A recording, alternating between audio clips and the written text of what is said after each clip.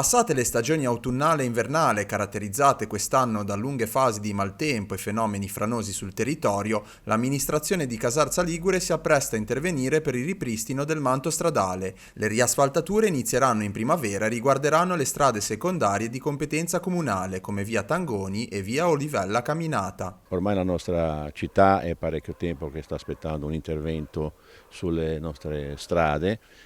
specialmente quelle secondarie, perché quella principale, la statale, era stata fatta da non molto, quindi tutto sommato questa va molto bene, ma le strade secondarie invece bisogna cercare di fare un intervento e l'abbiamo già programmato, non si può aspettare più molto, ora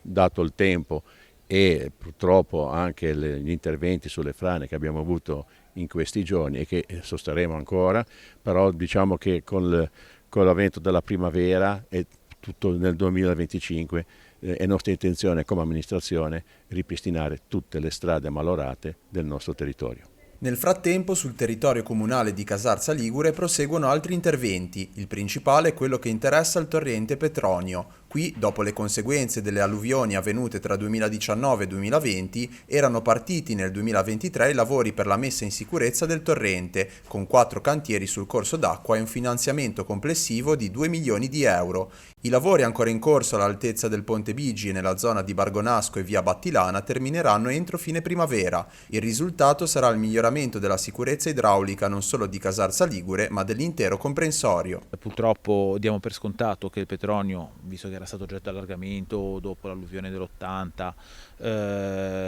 abbia sempre una risposta positiva rispetto agli eventi meteorologici, ma ci ha dimostrato che oggettivamente se viene meno un elemento, come era venuto meno l'elemento di briglia proprio in corrispondenza del Ponte Bigi, poi può provocare dei danni che sono molto cospicui, quindi la manutenzione costante e la rimessa in opera delle opere d'arte di contenimento e di regimentazione delle acque e di develocizzazione del flusso sono secondo me fondamentali per tutto quello che è il benessere di Casarza e anche di Sessi Levante.